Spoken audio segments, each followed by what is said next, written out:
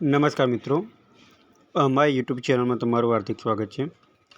મિત્રો, અત્યારે જીએસઆરટીસીની અંદર હેલ્પરની જગ્યાઓ ઉપર ભરતી પડેલી છે, જેની અંદર તમારે ફોર્મ કેવી રીતના ભરવું, લાયકાત શું માગેલી છે, એપ્લિકેશન ફી શું માગેલી છે અને તમારી ઉંમર કેટલી માગેલી છે એ તમે આ વિડીયોના માધ્યમ દ્વારા જોઈ શકશો. તો મિત્રો, સૌપ્રથમ તમે અમારી ચેનલ ઉપર નવા હો તો અમારી ચેનલને સબસ્ક્રાઈબ કરી લેજો અને બાજુમાં આપેલ બે આઇકોનને ક્લિક કરી લેજો, જેથી કરીને રોજ તમને નવા વિડીયોની નોટિફિકેશન મળતી રહે. તો મિત્રો, સૌપ્રથમ તમે ગૂગલ ક્રોમમાં મારું ગુજ job.com કહીને વેબસાઇટ ઓપન કરશો તો એની અંદર તમને જોવા મળશે કે જીએસઆરટીસી રિક્રુટમેન્ટ ફોર 1658 હેલ્પરની જગ્યાઓ છે. એટલે કે ગુજરાત સ્ટેટ રોડ ટ્રાન્સપોર્ટેશન કોર્પોરેશનની અંદર જીએસઆરટીસીની અંદર જે હેલ્પરની જગ્યાઓ પડેલી છે એની અંદર કુલ થઈને કેટલા પદો પર જગ્યાઓ પડેલી છે, તો એની અંદર કુલ થઈને 1658 જગ્યાઓ છે અને આ ફોર્મ તમારે ઓનલાઈન ભરવાનું છે. અને મિત્રો, આ ફોર્મ ભરવાના ચાલુ થઈ ગયા છે અને આ ફોર્મ ભરવા માટેની છેલ્લી તારીખ 5/1/2025 છે. હવે મિત્રો, આની અંદર જોઈએ તો એજ્યુકેશન ક્વોલિફિકેશન શું માગેલી છે, એટલે તમારી લાયકાત શું માગેલી છે.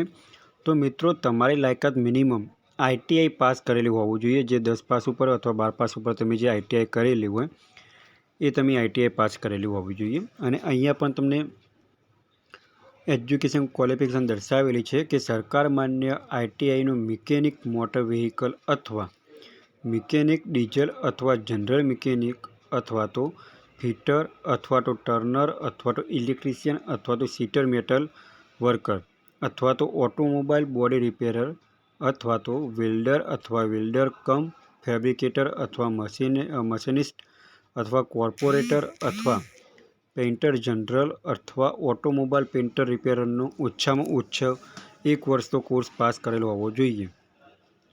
સરકારી, અર્ધસરકારી, જાહેર સાહસ અથવા કોઈપણ લિમિટેડ પ્રાઇવેટ લિમિટેડ કંપનીમાં લઘુત્તમ શૈક્ષણિક લાયકાતમાં દર્શાવેલ ટ્રેડમાં એપ્રેન્ટિસ પૂર્ણ કરેલી હોવી જોઈએ. એટલે કે તમે 10 પાસ ઉપર આઈટીઆઈ પાસ અને એપ્રેન્ટિસ પૂર્ણ કરેલી હોવી જોઈએ.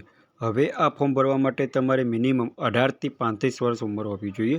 હવે એપ્લાય કેવી રીતના કરવું, તો એપ્લાય કરવા માટે તમારે વિડીયોના ડિસ્ક્રિપ્શનમાં ઓનલાઈન લિંક આપેલી છે અને વિડીયોના માધ્યમ દ્વારા પણ આપણે એપ્લાય ફોર્મ કેવી રીતના ભરવું એ પણ આપણે જોઈ શકશું. એ પહેલાં સૌપ્રથમ તમારે વધારાની માહિતી જોઈતી હોય તો અહીંયા તમે નોટિફિકેશન પર ક્લિક કરશો તો તમને નોટિફિકેશનની અંદર પણ વધારાની માહિતી મળી શકશે. તો મિત્રો, અહીંયા નોટિફિકેશનની અંદર તમે જોઈ શકો છો કે કેટલી કાસ્ટ વાઇઝ કેટલી જગ્યાઓ છે. તો આના અંદર દર્શાવેલું છે કે બિન અનામત માટે 494 જગ્યાઓ પુરુષો માટે છે અને મહિલાઓ માટે 243 જગ્યાઓ છે. આર્થિક રીતે નબળો વર્ગ એટલે કે EWS કેટેગરી જે લોકો ધરાવે છે તેવા લોકો માટે 130 જગ્યાઓ છે અને મહિલાઓ માટે 64 જગ્યાઓ છે. પછી સામાજિક અને શૈક્ષણિક રીતે પછાત વર્ગ SC માટે તમારે 244 જગ્યાઓ છોકરાઓ માટે છે અને મહિલાઓ માટે 120 જગ્યાઓ છે. અનુસૂચિત જાતિ માટે સામાન્ય એટલે કે છોકરાઓ માટે 69 જગ્યાઓ છે અને મહિલાઓ માટે 34 જગ્યાઓ છે. અનુસૂચિત જનજાતિ માટે સામાન્ય માટે 174 જગ્યાઓ છે અને મહિલાઓ માટે 86 જગ્યાઓ છે અને માજી સૈનિક માટે 331 જગ્યાઓ છે અને દિવ્યાંગો માટે 66 જગ્યાઓ છે. આમ કુલ થઈને 1658 જગ્યાઓ છે. હવે મિત્રો, તમારે બીજી વધારાની માહિતી જોઈતી હોય તો એ પણ તમને અહીંયા મળી જશે. શૈક્ષણિક લાયકાત શું માગેલું છે, વેટેજ ગુણ કેટલા કરવાના છે એ પણ તમને અહીંયા નોટિફિકેશનની અંદર તમે મિત્રો મળી શકશે. તો મિત્રો, તમારે જે પણ માહિતી જોઈતી હોય એ તમને આ નોટિફિકેશનની અંદર મળી જશે અને પેપર કેવી રીતના પૂછાય છે પણ આ નોટિફિકેશનની અંદર દર્શાવેલું છે. હવે મિત્રો, ઓનલાઈન ફોર્મ કેવી રીતના ભરવું, તો મિત્રો વિડીયોના ડિસ્ક્રિપ્શનમાં તમને ઓનલાઈન માટે લિંક આપેલી હશે અને અહીંયા તમે એપ્લાય ઓનલાઈન ઉપર ક્લિક કરશો તો આ રીતના એમ રોજસની મેઇન વેબસાઇટ ખુલી જશે, જેની અંદર તમારે ફોર્મ ભરવાનું રહેશે. અહીંયા તમે સિલેક્ટ ડિપાર્ટમેન્ટ કરશો તો અહીંયા જોવા મળશે કે જીએસઆરટીસી ગુજરાત રાજ્ય માર્ગ વાહન વ્યવહાર નિગમ, એની ઉપર તમે ક્લિક કરશો તો આ રીતની હેલ્પરની એક જગ્યા ખુલી જશે. જેની અંદર તમારી એપ્લિકેશન ફી મિત્રો સામાન્ય વર્ગ તે લોકો માટે 354 રૂપિયા ફી છે, અને જે લોકો SC ST અને OBC કેટેગરી ધરાવે છે એ લોકો માટે 354 કરતાં ઓછું હશે, તો કાં તો જનરલી બેઝ બધાની સરખા રાખ્યા છે. હવે તો અહીંયા એપ્લાય ઓનલાઈન ઉપર ક્લિક કરશો તો આ રીતના એનું પેજ ઓપન થશે, જેની અંદર તમારે એપ્લાય કરવાનું રહેશે. તો મિત્રો તમે ઓજસ ઉપર રજિસ્ટ્રેશન કરેલું હોવ તો તમારે રજિસ્ટ્રેશન નંબર લખવાનું રહેશે અને બર્થ ડેટ લખીને તમારે એપ્લાય વિથ OTR કરવાનું રહેશે. અને જે લોકોએ રજિસ્ટ્રેશન નથી કર્યું તો તેવા લોકો સ્કીપના માધ્યમ દ્વારા ફોર્મ ભરી શકશે. તો સ્કીપમાં તમે કરશો તો આ રીતના તમારું ફોર્મ ઉપર જશે, જેની અંદર તમારે surname, first name, father name અને મધર્સ નેમ લખવાનું રહેશે. ત્યારબાદ તમે તમારું જેન્ડર દર્શાવવાનું રહેશે, મેલ છો તો મેલ, તો ફિમેલ છો તો ફિમેલ, અને ત્યારબાદ તમે બર્થ ડેટ લખવાની રહેશે. અહીંયા મિત્રો જે લાલ ડોટ કરેલા છે તે તમારે ફરજિયાત પણ એ માહિતી ભરવાની છે. ત્યારબાદ મિત્રો અહીંયા તમારે પરમિનન્ટ એડ્રેસ લખવાનું રહેશે. ત્યારબાદ તમારે કઈ સ્ટેટથી તમે ધરાવો છો એ સ્ટેટ, ડિસ્ટ્રિક્ટ એટલે તમારો જિલ્લો, કયા જિલ્લામાંથી તમે ફોર્મ ભરો છો એ તાલુકો અને પિનકોડ લખવાનું રહેશે. એને સેમ એડ્રેસ અહીંયા લખવાનું રહેશે. ત્યારબાદ તમારે મોબાઈલ નંબર લખવાનો છે. મોબાઈલ નંબર ઉપર તમારે એપ્લિકેશન નંબર આવશે અને ઈમેલ ID લખવાનું રહેશે. ત્યારબાદ તમારે અહીંયા ફિઝિકલી ચેન્જ તમે હેન્ડીકેપ હોય તો લખવાનું રહેશે, ના હોય તો નોટ એપ્લિકેબલ કરી દેવાનું રહેશે.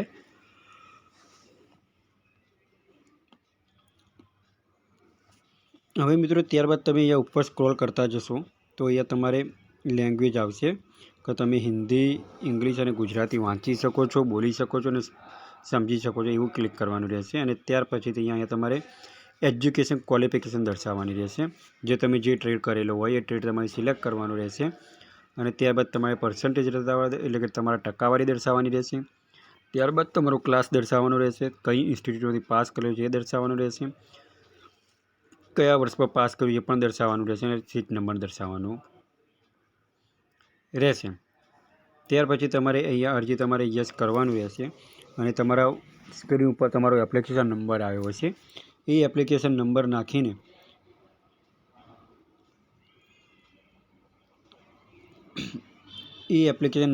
તમારે ફોટો અને સિગ્નેચર કરવાનો રહેશે.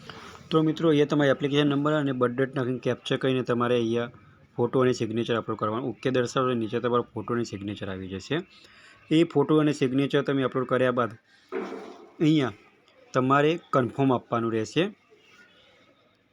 એ કન્ફર્મ આપવા માટે તમારે અહીંયા એપ્લિકેશન નંબર અને બર્થ ડેટ અને તમારું કેપ્ચર નાખીને ઓકે લખવાનું રહેશે. અને ત્યારબાદ તમે નીચે ડિટેલ ખુલશે, એ ડિટેલ તમારે બરાબર ચેક કરી લેવાની છે. અને જો તમારી ડિટેલ ઓકે હોય તો તમારે કન્ફર્મ આપી દેવાનું છે અને તમારું કન્ફર્મેશન ID આવી જશે.